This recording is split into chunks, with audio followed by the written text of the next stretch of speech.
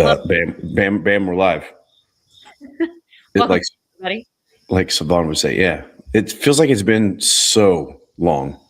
I know. Well, yeah. I mean, kind of been like, I know I've been busy with things. You guys have been traveling. Kind of been all over the place. Yeah, it's been like probably like a month since we've done a podcast, I feel like. Yeah, 3 weeks or a month. 3 weeks. Like yeah. Yeah. Let's talk about the CrossFit Games today. Okay. Good. So you scored last minute tickets to the CrossFit game. Very last minute. Like I was actually thinking about this earlier. I got my tickets from Ticketmaster in my account 2 days before. 2 days before. Before it started. Yeah. Yeah. So actually, no, I think I got them on like Tuesday. Technically the game started Wednesday. It was crazy. Oh, wow. But yeah. So it was who all went on this trip. So we didn't all go together, but we all ended up going. It was me and Lindsay and you and Q. Yep. All were at the CrossFit Games this year. And I thought the games were freaking awesome this year. Like, I think the games are awesome every year. Yeah. So I have nothing. I only have one other year to compare it to. And the vibe was definitely different this year compared to last year, for sure. Yeah. What was different about it to you, do you think? I mean, I was still like giddy and in heaven both years, but last year the vibe was very much like almost restrained a little bit. Yeah. Like you could tell, not just from CrossFit, the organization, but even the spectators, everyone there was just like almost afraid to get too excited about things, if that makes sense. Oh yeah. I felt like it was almost like everyone was on eggshells. We were holding our breath the whole time. Yeah, like to see, because I felt like last year was almost like a make it or break it for the games. Like we're either going to come back from what happened in 2024 or this is going to be the end of it. Yeah. Yeah, I definitely felt like last year in the 2025 CrossFit Games, when it was finally over, everyone like breathed a sigh of relief. Like, like we made it, like no one died this year. Nothing crazy happened. Like we did it, we pulled it off. Yeah. So, but this year was just totally different. It felt to me like a return to CrossFit Games of before. So Lindsay and I have gone, this was our 9th trip to the CrossFit Games, 8th or 9th trip. I can't remember exactly. And man, it's always been such a party. You know, I mean, always like you show up so we started going when it was in Wisconsin. So we've been to the games at Wisconsin, Texas, New York, and now California.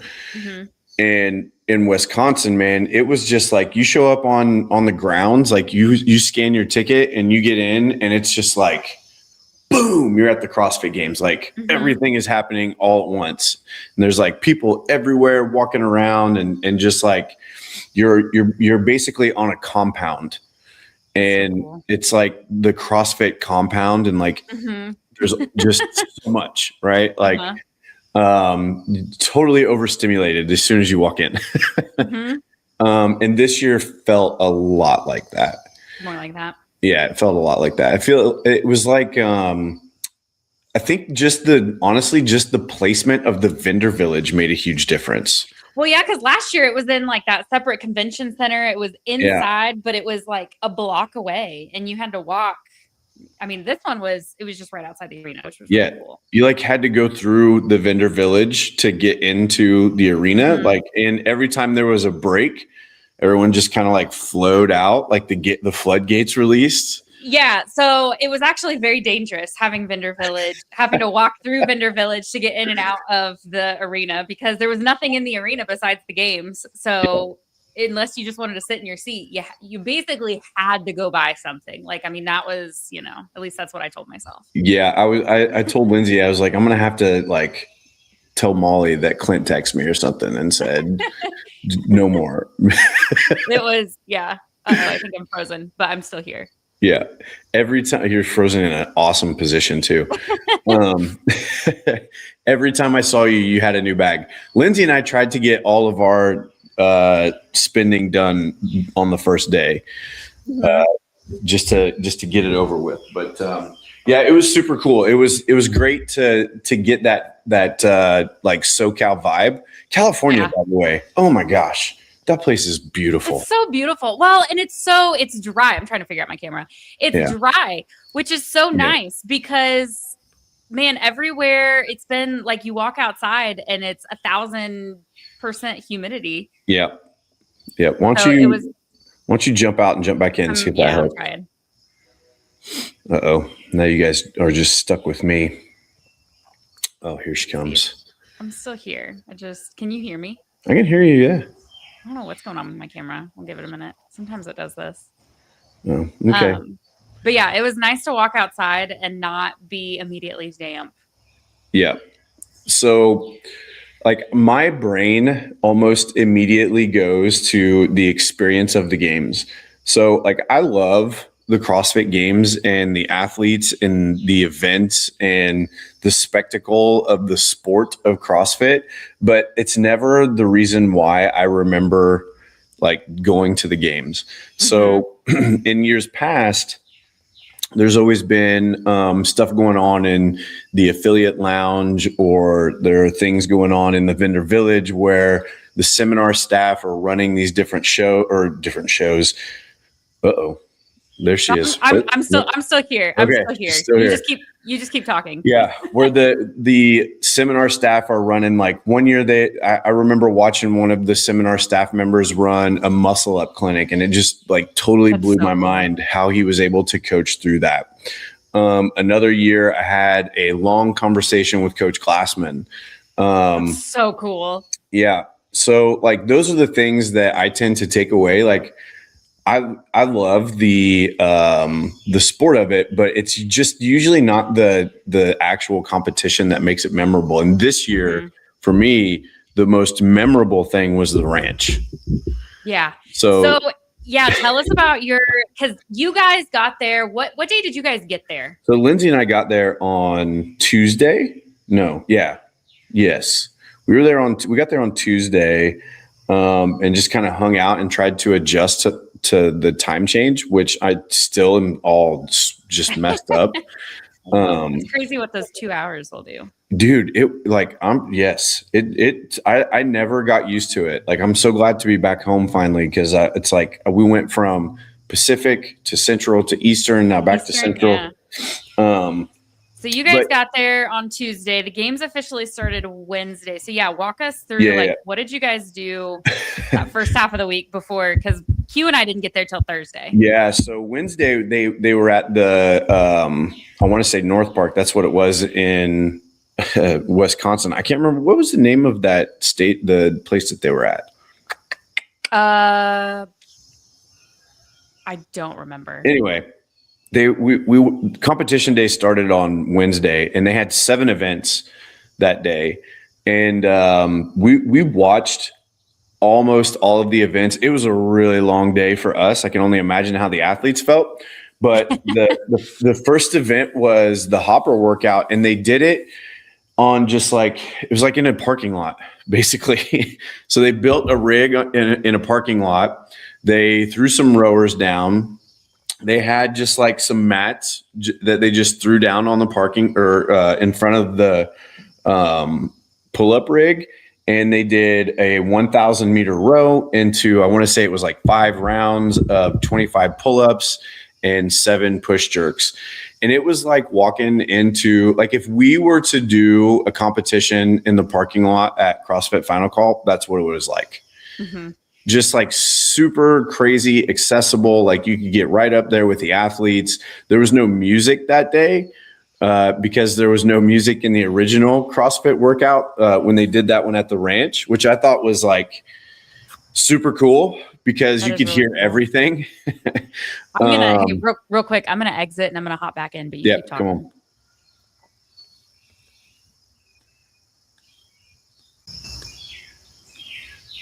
I need a commercial to play whenever something like this happens. So, like, if Molly has to go and exit for technical difficulties, or if we like have to take a pee break or something, just commercial break.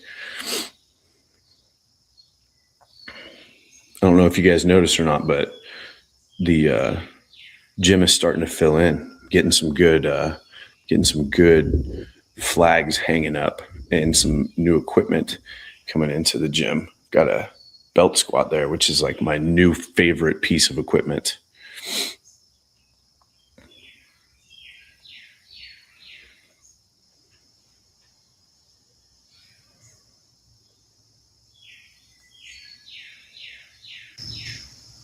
Oh, Molly entered the studio. Okay. I think we're good now. Okay, cool. All of our 0 viewers are glad that you're back because I was just talking to myself.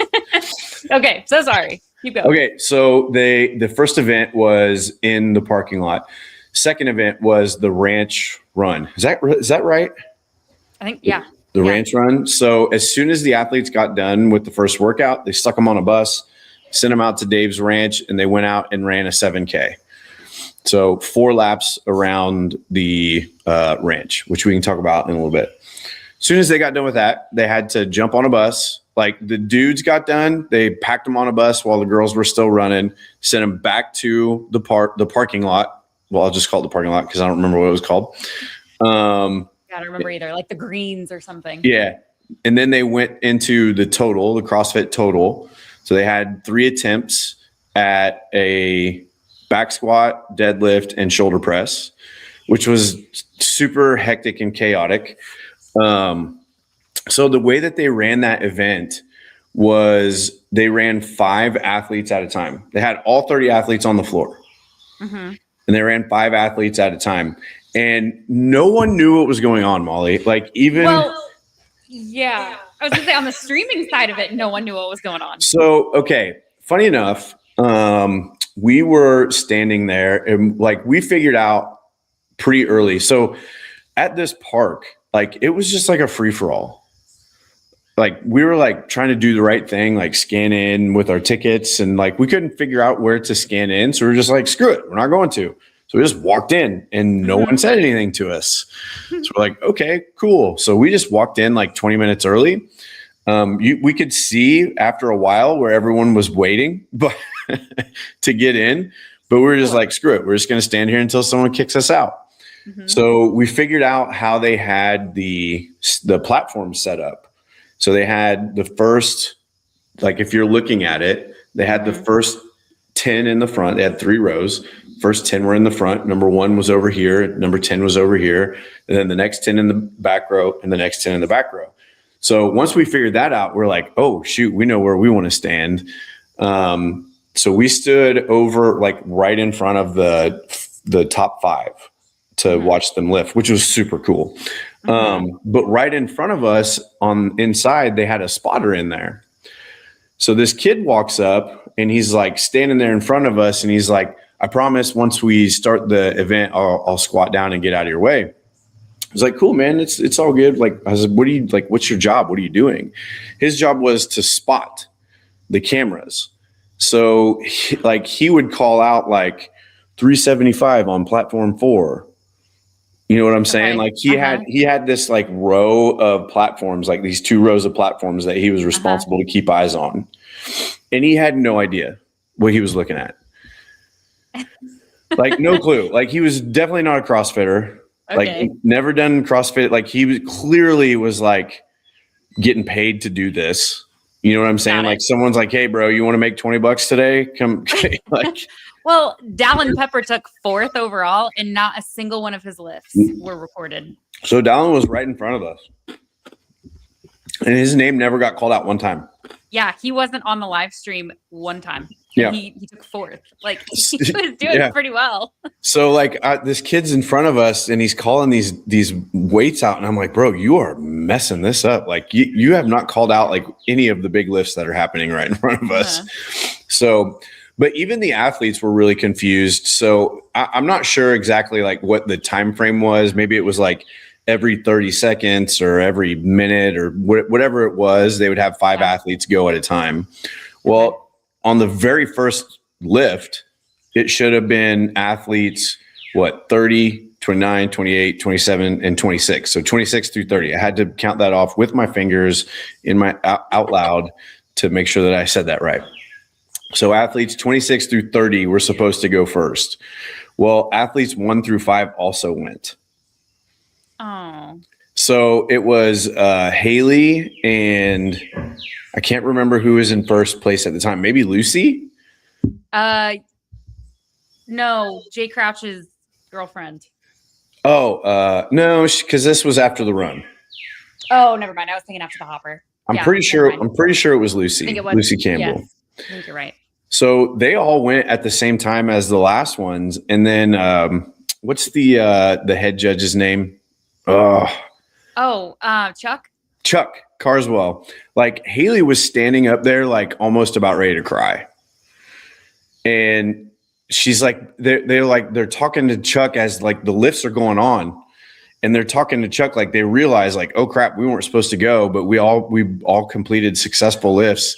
And Chuck's like standing in front of them like time's coming, like the next group went and then their group's going and Chuck's like 3, 2, 1 lift. And they were arguing with him the whole time. He's like, if you don't lift, it doesn't count. Yeah. Oh no. Yeah. So yeah, none of that was on the live stream. Yeah. So Haley was like freaking out, dude. Like she was an emotional wreck during that event. Just because it started off rough. Yeah, so rough.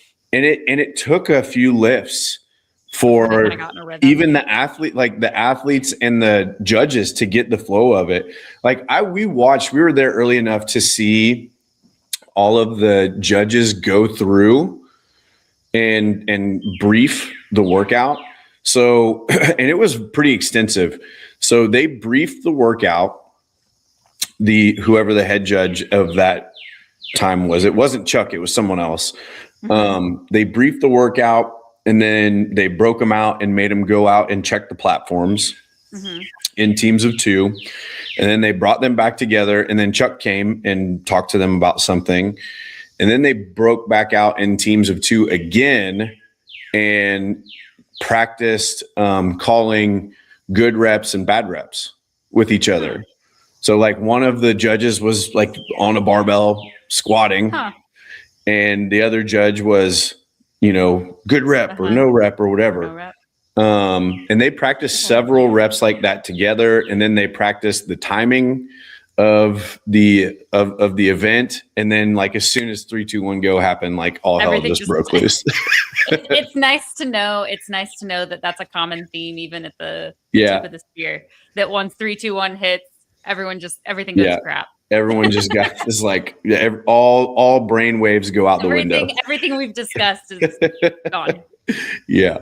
So that was a super cool event to watch. I'm so upset. I wish, man, Q and I were talking about that. Like, I so wish that had been on Thursday or Friday or Saturday. Man, I tell you what, that whole day was just super cool because it was out in that park and everything was just so close. And like, there was music there. Like, if you were watching the stream, you're probably like, what's going on? Like, but there was music playing. Yeah. Like you know what I mean? They would just cut it during each one of the events. I love that. And Dave even said like, well, there was no music on the first one. So there's no music at this one. Like it wasn't like a tech issue. It was purposely like, we are taking this back. Yeah. They for sure did. Yeah, they for sure did. And like, I don't know if you noticed, but like how fired up like Sprague was every time he would win an event or every time he would finish or whatever. Dude, when he hit that 600-pound deadlift or 595 or whatever the heck, 590, whatever it was, like he had that same reaction and it was like right in front of me because his family was right next to us. And like that dude is intense. I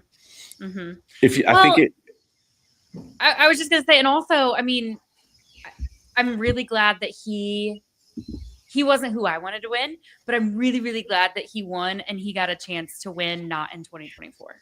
Yeah, for sure. Because he didn't, like all of his event wins, I think part of the reason, like he didn't feel like he had to hold back on anything because now it was a true celebration.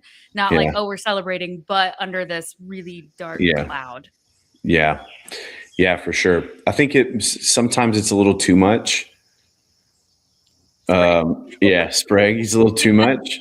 And I don't know if it's like, I don't know. I really like him. Like the Boys Interrupted podcast really changed my opinion about all of those guys. Like Mhm. I just like I don't know. I'm like the old dog, and they're like I don't want to play with the puppies, Mhm. like these youngins coming up, and that's kind of Yeah, how I this is my generation's Matt Frazier and Rich yeah Froning. yeah Yeah. for sure. And like listening to those guys talk and actually getting to know them, which is also another weird dynamic that we probably need to talk about. But like getting to know those guys through that podcast has really like changed the way that, and I think that started whatever year it was that Savon started doing the podcast with. Like one year, Savon brought every single athlete on, and then Mhm. the next year, Dave brought every single Dave started, athlete yeah. on to his show. And man, I love that so much because you get to know those athletes. Like Mhm. a lot of them, I would have no idea who they are or what they're Mhm. about, but just a 20-minute show with Savon or Dave like totally changes my Yeah. thought process about them. Yeah. Well, I think what's really cool too about when we talk about like the Boys Interrupted, the top, well, I guess not top four, but basically top four. We're talking Yeah. James Sprigg, Jason Hopper, Justin Medeiros, and Dallin Pepper. Mhm. And I think what's cool to me too about them is they love CrossFit Yeah. and they're familiar with CrossFit, the methodology, not Mhm. just the sport, which I think is really cool, especially Dallin and James. I was going to say Dallin and James are definitely familiar with it. Justin, maybe a little bit less. Hopper has no idea. Hopper, yeah, he's starting to know a little bit more because he's Yeah. started talking about like dropping into some more local affiliates. Yeah. But yeah, definitely Dallin and James are the two. Well, Dallin's lived it. Like he's obsessed with CrossFit, the thing. And Yeah. then James, I mean, he just got his L2. Like Yeah. he's which I think is just really, really cool. Super cool. I kept seeing, especially at the park, like I kept seeing all of the like the personalities were there. So like I watched the Savon podcast. It's one of the shows that I pay attention to. I'm really glad that they made a split from the Savon podcast versus the CrossFit Network. Mm-hmm. Like it kind of took some of the junk out of it. Mm-hmm. But like Taylor Self, I saw him a couple times, and I'm not a huge Taylor Self fan, but I do think he's a really good coach. Who else was there? Peter. Mm-hmm. Matt Souza was there, who's an affiliate owner, who has really, really good ideas when it comes to being running an affiliate, being an affiliate owner. And like I've listened to, I don't know how many hours of these guys talking. Mm-hmm. Like a weird amount of time listening to these guys talk. And then I see them in person, and I'm like, man, like I know that dude. Yeah. But he has no idea who I am. Like, yeah. Yeah. Like you were talking earlier about like the coolest thing for you. Oh my gosh, I'm frozen again. Yeah. The coolest thing for you at the games is that you can like not so much the actual sport or the athletes, but gosh darn it. Not the sport or the athletes, but like all of the other things, the affiliate stuff, the seminar staff. And I 100% get that. Like I listen to so many of those podcasts, specifically with seminar staff, and then to see them, that was what was so cool to me. Like seeing Todd and Kristen and Fern and, that to me is, and it's like, oh my gosh, I know them. I listen to them daily. Mm-hmm. And now here they are. And it's like, I feel like I know them and they look at me like I'm crazy. Yeah. Like I wanted to walk up and have a conversation, but then I just was like, man, I don't want to be that weirdo. That weird person. Yeah. But you know what? On the flip side though, I'm sure they like it. Yeah. I don't fangirl so much. Uh-oh. Are you there? I'm still here. Yeah. Try jumping out and coming back in like you did last time. I am going to have to. Okay. 1 second.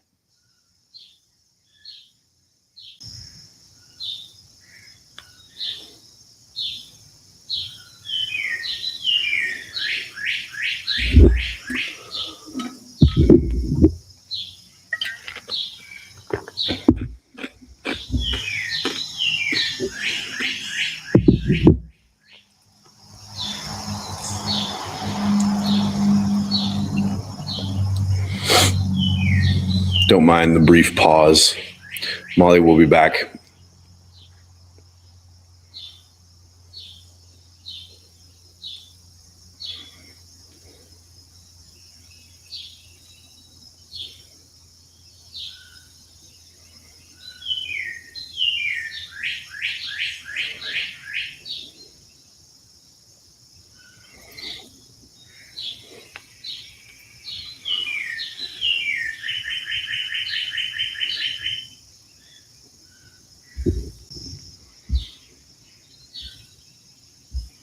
Okay.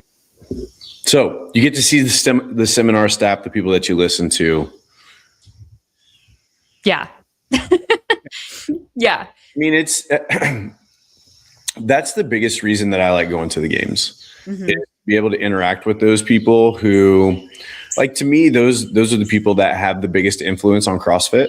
It's not the athletes. It's the 100%. It's the coaches and the other affiliate owners and the seminar staff members. I can't remember who, maybe it was Peter, who was like trying to describe what the games are and how it's just kind of like this. It's like the anniversary trip. Right. So I'll mess this up, and you should go and listen to Peter talk on, I think it was the CrossFit podcast. He went on with JR Howell, and they were kind of doing a little bit of a recap on the games and talking about the CrossFit methodology in the games. But he's like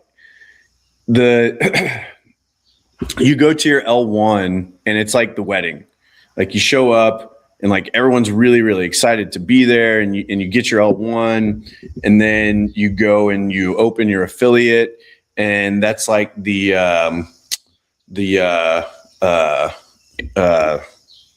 my gosh, it's been so long since I got married. The honeymoon. Oh my gosh. Okay. Hey, by the way, 17 years this month, Lindsay and I will have been married. Oh, hey. Yeah, it's forever, dude. I remember that because Lainey's 17 years old. Anyway, so you go and you get your L1. It's like the wedding. It's like the party. And then you go and you open your affiliate, and it's like the honeymoon. And then you kind of get into like the mundane, like the work part of it. And that's like running the affiliate, just year after year after year. But once a year, you get to like go and have the party. You get to go and you get to celebrate your anniversary. And that's not exactly the way that Peter put it, but I think you guys get the idea. And that's kind of the way that I think about the games also, is like, hey, this is just kind of our annual celebration of what we do as a whole. I don't even think about the games part of it. It's everything else that's involved with it is the celebration part for me. The athletes and what they do is just like the icing on the cake. It's a bit of a bonus, and it just shows us what's possible. The entertainment at the anniversary party. For sure. So that's the reason that I really like to go to the games. I don't know why I got into talking about that. Where were we? We were talking about day one. So day one. So after the total, there were still 2 more events.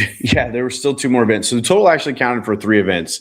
So by the time the total was done, they had 5 events complete. Then they came, as soon as they got done with the total, they warmed up and did I don't know, what was it, like 20 laps on a bike? I don't know how far they actually went. Did they do that before or after the swim? That was before. The swim was the last workout of the day. Okay.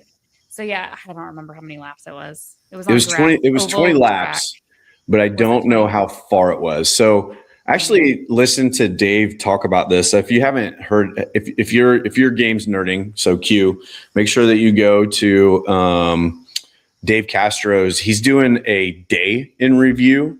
So he's reviewing each single day and like how he came to the programming for that day. And he was talking about both the run and the bike events. And he's, I guess, in Morgan Hills. That's what it's called. That's what it was. Yeah. Morgan Hills. So Morgan Hills is actually the town. So he said that there's like all kinds of like biking, like it's like world renowned place for biking, which I had no idea. So he said that he sent a couple of his team members out, and he went out personally and was like scouting these bike routes around Morgan Hills. He said, but they were all like way too advanced to send the CrossFit athletes out on. Yeah. So they were like, why don't we just do laps on a soccer field? He's like, it's like nothing bad can happen. We're just going to keep them on flat ground, make them run in a circle. He's like, no one will get hurt. The time domain will work out. So it was just interesting the way that he kind of came to it. And then they finished that night with, I think it was a descending swim. Like they had to do like, I don't know, 300, 200, 150 meters or something like that in the pool. And then like 30 burpees in between each round. Which was super interesting to watch because they had already been through 6 events. One of them was a 7K trail run on a mountain. On a mountain. Yeah. Yeah, on a mountain. And a lot of those athletes were really struggling to get through that first day. Yeah, they were in rough shape. It was, yeah. So they had a day off, yeah. quote unquote. So Thursday was they didn't compete on Thursday. And then really the regular, what would normally be the games, started on Friday. Yeah. So Friday, Saturday, Sunday, they had more events. And then they had a total of 20 events. I was listening to Ariel Lowen talk about it. And she said, the problem with it was just that they had 30 minutes, but that by the time they would get off the competition floor, before they would have to warm up for the next thing. So there were so many times where they couldn't really eat these solid meals all day. Yeah. Started to show up, like you could tell they were tired. Well, I've done like local comps before, and where it's like one day and you do 4 events in that one day, or maybe 5. I think I've done one where we've done 5 events. So like 4 workouts and then a floater. Right.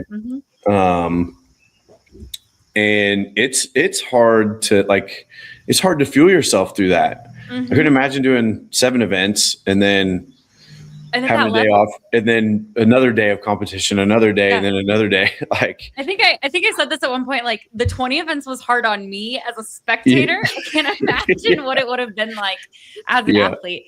So the coolest thing to me, and this is what some people didn't like, but me being the CrossFit nerd, the thing that I loved so much about this year and the fact that there were 20 events is so many of the events were, instead of being these WODs that we think of, when we have class or when we watch competitions, a lot of them were like small individual tests, like your ability to do forward and backward rolls on the rings or the sandbag toss.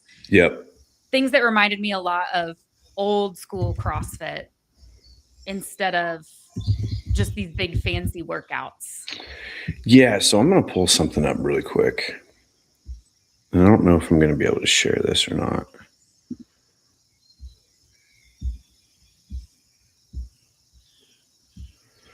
Okay. So give me just a second here. I'm going to try to do a little screen share here. Share screen. Okay. So you're talking about when we were talking about like the preparation for this podcast, we were talking about how they covered the 10 general physical skills. And I think one of the... I had that pulled up over here too. Do you? Can you see this on the screen? Yeah. Okay. So one of the big complaints that I heard was that it wasn't CrossFit. Like it was just a bunch of individual, and it was Danielle Brandon in particular that I heard complaining about this. Which makes perfect sense. So they're like, I wish we were just doing more regular CrossFit type stuff. And this is fitness, world-class fitness in 100 words. So this is one of the original CrossFit Journal articles.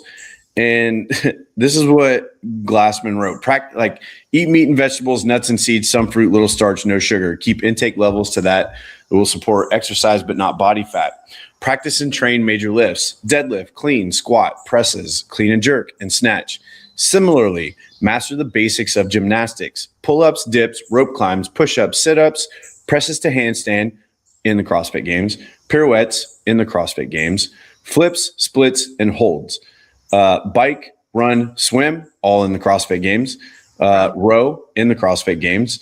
Hard and fast, 5 or 6 days per week. Mix these elements in as many combinations and patterns as creativity will allow. Routine is the enemy. Keep workouts short and intense. Regularly learn and play new sports. So, like, everything that is in this middle piece was part of the CrossFit Games. Mm-hmm. Like that. I don't understand. And most of the workouts were short and intense.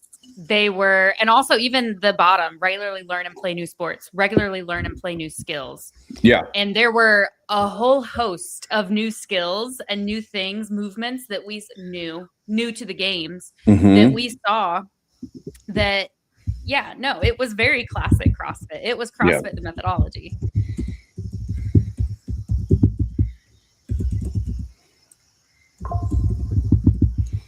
Let's see if this gives us the image. Here. So this is another thing that really kind of stuck, like I was thinking about as we were going through. Oh boy. Whoa, this isn't even a CrossFit article. Oh my gosh, I'm getting bombarded here. So this was just another, man, I don't like this one. Okay, whatever. I'm going to use this. I don't know what's happening. Can you see the pyramid?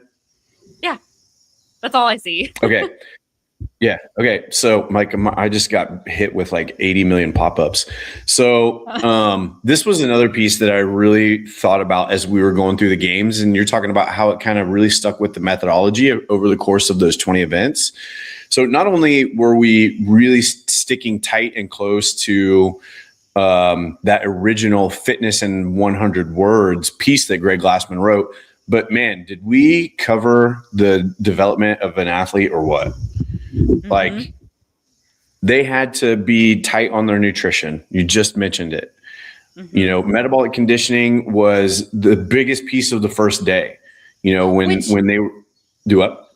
Yeah, well, and going back and thinking about the Open and how everyone was bitching and complaining about the Open and how it was all cardio. Well, now we can see how that progressed and what that turned into at the games. Mm-hmm. Yeah, I mean, there was like you have to be highly conditioned to be able to participate in the CrossFit Games. Like you have to be a great runner, but you also have to be a great biker and you have to be a great swimmer.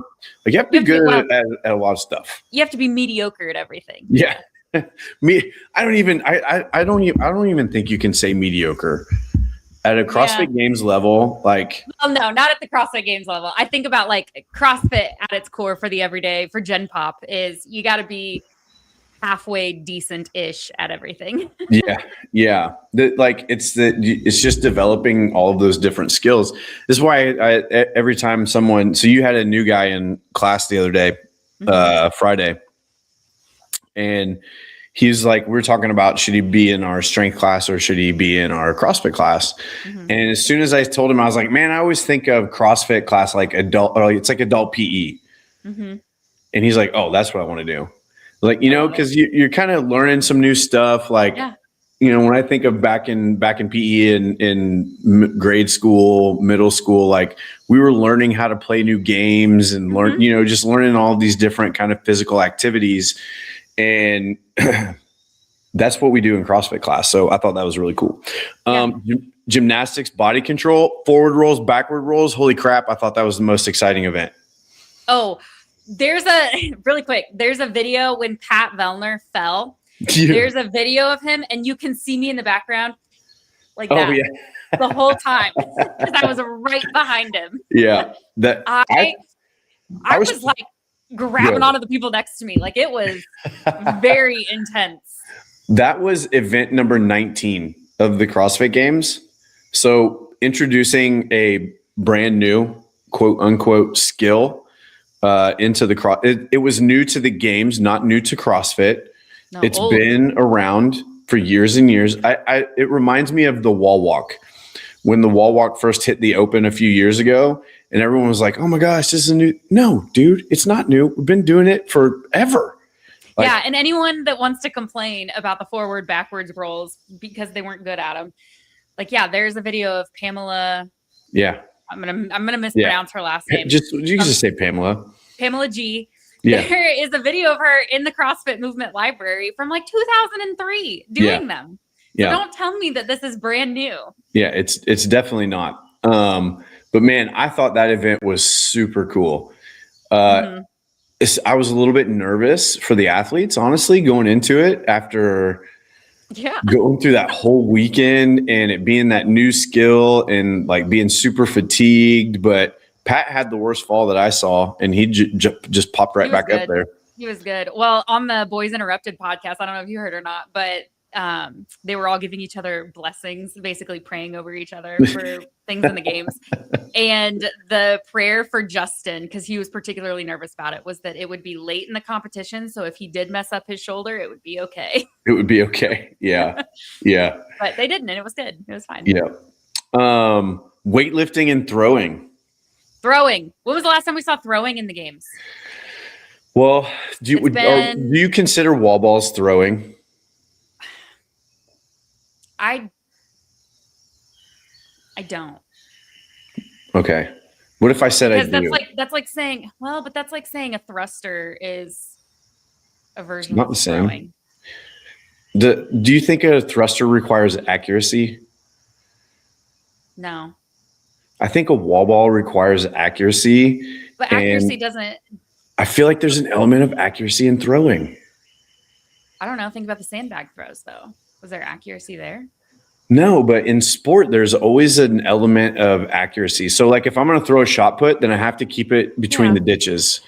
If I'm going to throw a baseball, then I'm throwing it at a target. If I'm going to throw a football, I'm throwing it at a target. Yeah. I don't know. I think that's a good like is a wall ball throw. Anyway, it's been years and years and years. Maybe the softball throw. Oh, I think that the softball throw was the last one. Yeah, and that was in the early 2010s. Yeah. Yeah. So the sandbag throw I thought was actually pretty cool. It showed the athleticism of the athletes. So interestingly, so this is something that I've kind of like my little theory through years of training at the gym. So I can always tell who was an athlete in school by the way that they're able to use their hips. Yeah. So a natural athlete will naturally understand how to use their hips. Someone who has never played sport typically has a really hard time figuring out how to use their hips and how to use their hips to create or generate power. Mm-hmm. Natural athletes don't. So it was interesting to me to watch who was an athlete versus who was a CrossFitter. Mm-hmm. And the throw told it all. Mm-hmm. Like Guy Malajeros, I know I said his name wrong there. That dude is an athlete. He's an athlete. My gosh, yes. Like he's not a great CrossFitter, but he's a good athlete. Yes. Yeah. Quinn Robinson, same. Mm-hmm. Like he's just a naturally athletic dude. So that's what I saw in the throw. And you know what? I take back what I said because there was accuracy involved in that. Maybe not so much to a target, but like figuring out when to let go and all of those things. Yeah. Yeah. And then sport. I don't know. What do you think? How did we? That's just the CrossFit Games. I think that's just. I mean, that's like the tip of the spear for everything underneath the pyramid. Yeah, for sure. So, cool. How do I remove this now? There we go. Now we're back to just us. So yeah, I mean, I think my favorite was the ranch, period. Like straight up and down, the ranch was the best part. Like I've been doing CrossFit since 2013, late 2012, early 2013, something like that. I don't know. And I've seen that hill, that one particular specific hill 1,000 times, if not more, on camera. And I've heard people talk about it. Like, you'll never understand how steep that hill is. Like, Savon in particular, like, he's like, I remember him talking about it a couple of years ago. Like, if you've never been there, you don't understand how steep that hill is. And I'm here to tell you that if you've never been there, you do not understand how steep that hill is. So at the ranch experience was really cool. We walked in and it, like, I could see in Lindsay's eyes, she was let down because it was just like a dusty old barn. Like, I don't know what she expected, but like, it looked to me like a CrossFit gym that was 20 years old. Mm-hmm. that was owned by an old school CrossFit dude. Mm-hmm. That's what I like. That was the immediate feel that I got. And so it wasn't anything like special. Mm-hmm. It was just a CrossFit gym, you know, Mm-hmm. but it was really special. I was gonna say that it was the most special. Yeah, but it was really special because like the history, all of the history of CrossFit is rooted, or a lot of the history of CrossFit is rooted in that space, you know, and more than the games. You know, when Dave first started with CrossFit, like it wasn't about the games. It was about this training methodology, you know. Mm-hmm. Like I remember Dave talking about the first time that he met Greg, he was just like taken by this guy, you know, and started showing up at these events that Greg was running, these training events that he was running, and he would put the chairs out for the event, you know, or like sweep the floor after, you know, and just to be there and be around it, to be around Greg and to learn from him. And man, I appreciate that so much. And to be in the space where so much of the magic of CrossFit has happened, and the development of just kind of this theory, this thing, you know, that's been tested and forged. Man, it was really cool. So, you know, like, of course, you know, he's got whiteboards up on the wall that have been like the original leaderboard for the first CrossFit Games is still up on his. That's so cool. You know, like it was just, there were pictures. He had pictures all over the place of just different moments through the games. On one wall, he had like, I took like snapshots in my head. Like I remember like on one wall, he had every seminar, like the picture of every seminar that had been run out there, like the group picture, which I thought was super cool. Took up an entire wall in the space. We were not allowed to go into his office, which I was like super bummed about. But you know, they gave us a little tour, and then we went out and we walked one lap of the hill that they ran, and then we did a workout. And I'm telling you, man, that hill was insane. Brutal. It was like, so we went up, and there's like a false plateau. So like if you're just standing at the back door of the garage and you're looking up, like it looks like it just goes straight up, but there's like a small hill and then a big plateau, and then it goes back uphill again. So, and the plateau is huge. It's like the size of my property here at the house. And that's where we did our workout. But so we went up on this plateau, and then we kind of came around and we walked, like it was like a gradual incline up the plateau, and then kind of circled back up the hill. Well, you ran by Dave's childhood home, like where he grew up, which I thought was really interesting. Dave came from a very modest home, like very modest home. It looks like the kind of place that a Navy SEAL would grow up in, you know, which I thought was super cool. But every now and again, we would come to a flat spot and take a break. And I was like so thankful for those breaks. Dude, that terrain is insanely rough.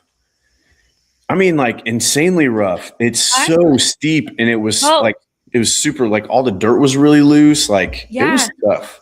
Well, when you see the athletes having to slow down to this like snail pace and walking, that's when you know, because these are people that do not do that. Yeah, it was. And I like, there was once you got to the backside of it, as long as you were on the front side. So there's a road that runs along the front of the ranch, and on either side of that road there are homes, like right off of the road. And then because that's where that plateau runs, all, like naturally along the road, and then you go uphill, and when you come back to the other side, like as soon as you crest the hill and you can't see the other side, like where the world is, it is extremely isolating and very desolate. Yeah. Yeah, like it just feels like you could die out there if you know, like you could. If I stayed here too long, like I'm gonna wither away to nothing. And I was just imagining myself, and if I was doing that workout and I was in the third lap of this thing, or maybe even like the middle of the second lap on the backside of this hill, like the mental battle that I would have to be fighting with myself, just like. One, the workout is really, really hard, but two, now you're finding yourself in this place where it's like, man, if I take the wrong turn here, if I like, if you know, if I miss my turn, like I could just be running forever and never make my way back home. Like that's where my head would go. Yeah. Yeah, man. So overall, do you think that we found the fittest on earth with this games? Oh yeah, for sure. I think it was like a complete like I was worried about 20 workouts. I was worried about more the athletes than anything else, like their ability to grind through it, because it's the CrossFit Games, dude, and it's not going to be easy. You know, like I feel like Dave went a little soft. He was definitely more concerned about the athletes this year than he has been in the past. And that, like, I think that, you know, since 24 and what happened with Lazar, like that definitely needs to be a concern of his. But I think he's lost his edge just a little bit. Like just a little bit. Like I remember in the old school days, like Dave would give the athlete brief and he would be like, this is going to suck. This is going to be the hardest thing you've ever done.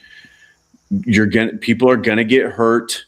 There will be injuries. People will drop out. And if you're not here to win, then get out. So here's my thought on that.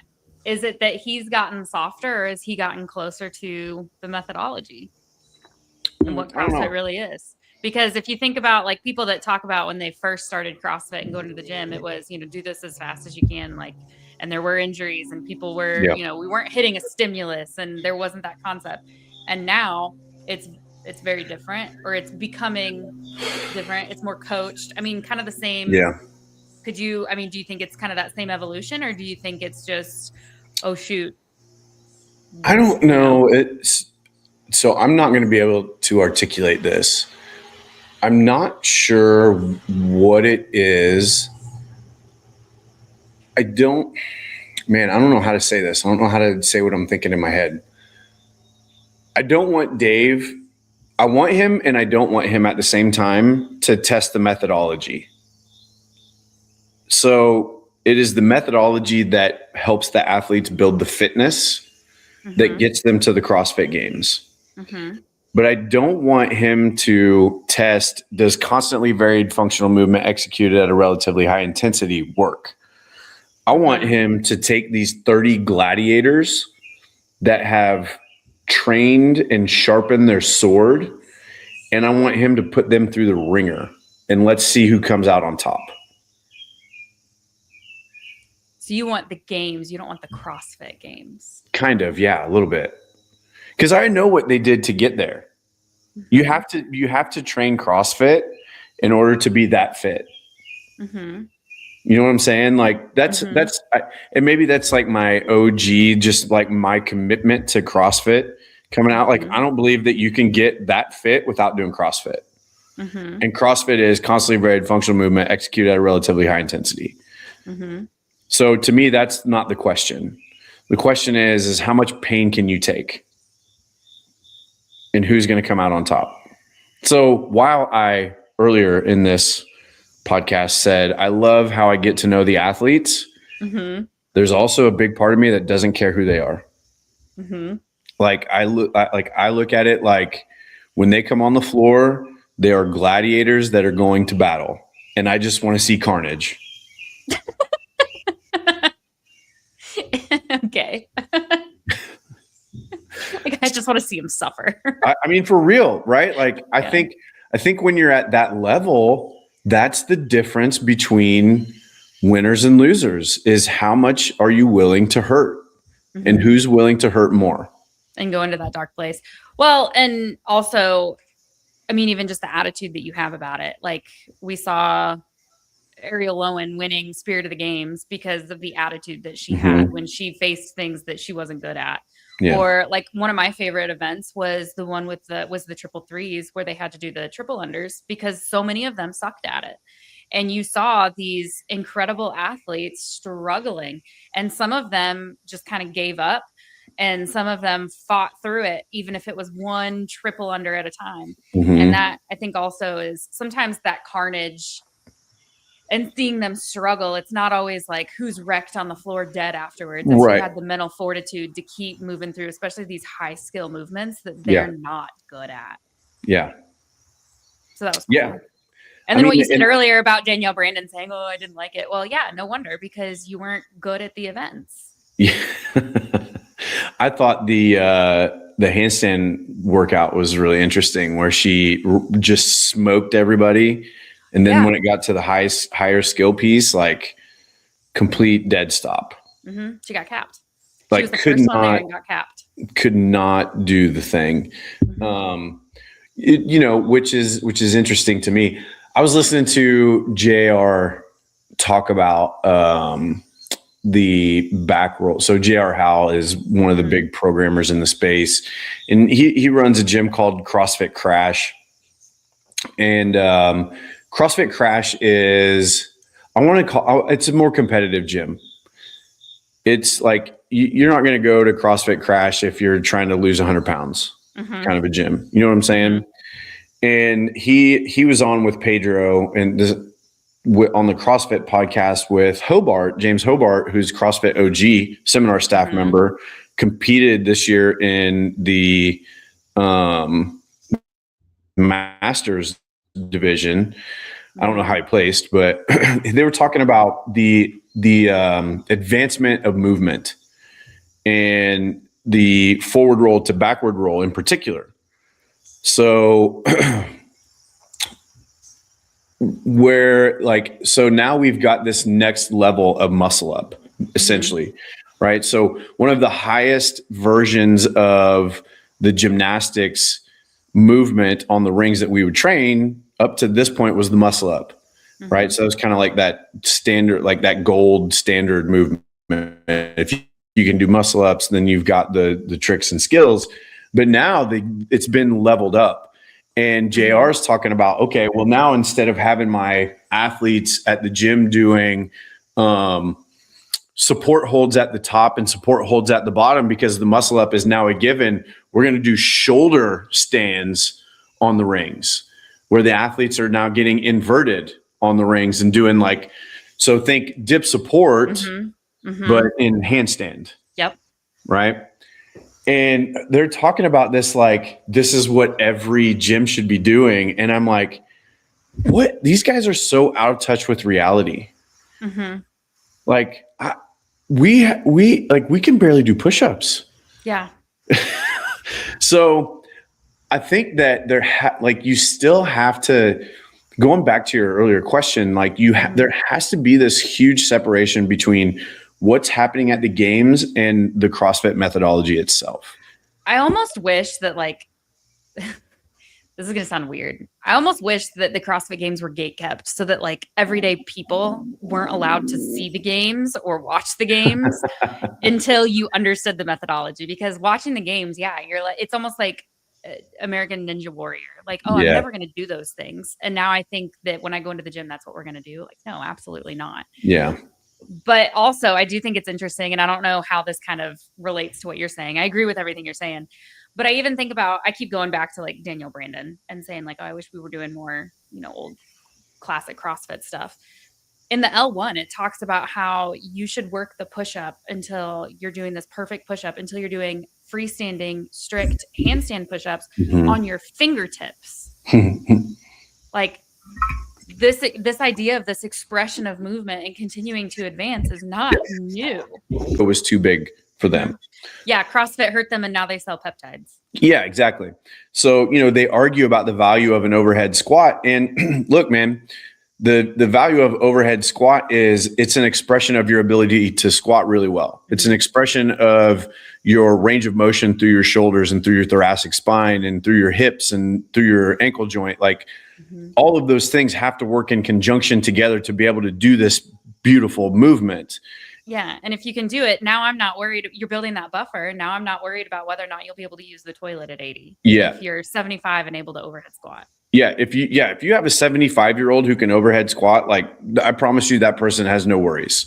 Yeah. So I think of the games in that same context as like it is this expression of fitness, like this ultimate expression of fitness and what is possible by training the methodology. But it's not like, it's weird because it's not necessarily the goal.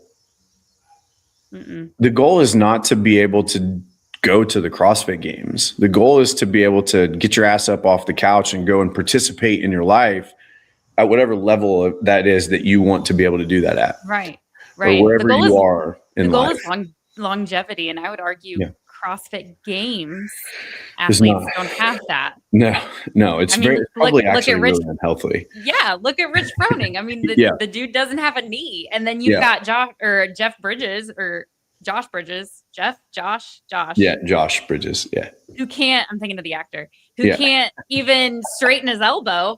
Like, no, that's not longevity. Yeah. So I mean, I think there's been this talk over the last couple of years of should the games be separated from the methodology? Like should they split? Like should the games be its own entity and the methodology and the training be something different? And I don't think I agree with that. I think the games are part of CrossFit. So, and maybe we should have gotten to this before an hour in. Yeah. I used to. I'm still a baby in this space. Like I'm 3 years old. Used to, I would have said like, yeah, it is. I don't think they should be separated, but it's very, very separate. And this year in particular, I feel like, and maybe for the 20th anniversary part of it, I feel like the two were married more than ever. And I can see the two being married more than ever because now with Bruce, who's old school CrossFitter, the fact that Greg Glassman was at the games to me is huge. The fact that they did 2 hopper workouts. I mean, now we're getting back to old CrossFit. Yeah. And old classic CrossFit to me is rooted in, not to me, it just is rooted in the methodology and rooted when I think of methodology, I think of like L1, L2 handbook CrossFit. And I saw so much of that at the games this year that have not been there in recent years. Yeah, I agree completely. And which I think is really, really exciting for the affiliate, for the community, for the games athletes too. For sure. Yeah. It's, again, it felt like a return. It felt like a return to what CrossFit used to was, what it used to be. I have they gave us a little poster and I put it right here on my wall. So I've just been staring at it the whole time as we're going through this. So it's a little poster of the ranch and it says 20 years back in California, built by you. I love that. Yeah. It's super cool. And it's got pictures of like, there's Medeiros and Froning and all the old school or not, some of the old school, some of the new school athletes. And yeah, man, I mean, it's just, it's CrossFit, it's just CrossFit. And it's really exciting. And I think that the games should be something that every CrossFitter watches and pays attention to. I think that it's part of the history of what we do inside of the affiliate and with CrossFit. And to me, it's important to, know the history of your thing, interestingly, the lore, the new guy coming into the gym, he when he said, he's like, I want to try CrossFit. And I was like, cool, man, I think you're really going to like it. And he's like, yeah, I tend to really like deep dive into whatever it is that I like, whatever hobby he starts or whatever. I was like, Great. bro, You're in the right place. I was like, dude, the rabbit hole is so deep. It's I was so like, and you deep. don't even realize how deep the rabbit hole is until you've been tumbling down it for years and years and while. years. And then, and you realize like, wow, this is a bottomless pit. Mhm. Like you can never know enough. Mhm. So, and the CrossFit Games is part of that. You know, I think, you know, understanding the history and the nostalgia and where it stands, you know, with the methodology and just the progression over the years, like it was awesome. It was awesome. Well, and I mean, you walked into Vendor Village and there was pukey everywhere too, which was really cool. It was super cool. Because last year in Albany, that was the first year in how long that there was even a T-shirt with his face on it. Yeah, and so I have one. And now he's everywhere. Oh yeah, I have the same one, but I got the tie-dye one. Yeah, I'm gonna see if I can make this turn here without tearing everything apart. So, like, I haven't seen Forging Elite Fitness in, man, I don't know how long it's been since I've seen that. So I had to pick up the Forging Elite Fitness for the and them talking about how they're done with campaigns, marketing campaigns. Mhm. It's all just continual. We're getting back to the old media, just always being on. Yeah. You know, an hour and 7 minutes into this, and I'll mention for the first time, like Lindsay and I were interviewed by CrossFit. Oh yeah, HQ. dude, forgot all about that. No, I kind of did too. And they made it very clear to us, like, it is a dive back into the roots as the direction. I say the direction they're taking CrossFit. This is CrossFit. It's just How they're getting rid of all the noise. Yeah, that it is a direction back towards healthcare, and it is healthcare, and the sickness, wellness, fitness continuum, and how healthcare providers can use CrossFit to treat metabolic disease, and that to me is also really exciting. So I mean, it's getting back to. I mean, I say back to, like, when I came into CrossFit, it was not this at all, but back to what I know it used to be. Yeah, I mean, there's just been the messaging has changed, and it's been kind of swinging, right?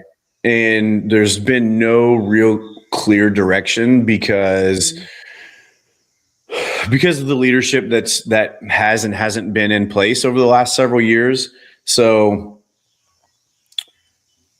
they tried to turn CrossFit into a business, and CrossFit is not a business; it's a way of life. And I think that was the thing that got missed in all of this transition is, look, bro, we're not here to make money. We're here to make impact. We're not here to make money. We're here to change the lives of the people that are walking in the doors. And we know that CrossFit has the power to do that when it's applied in a thoughtful way by coaches who care, you know, and when everyone is doing that thing, that's what makes CrossFit really profitable and what makes it a good business. You know, so you have to care about the people first, and I think that some of that has maybe gotten lost.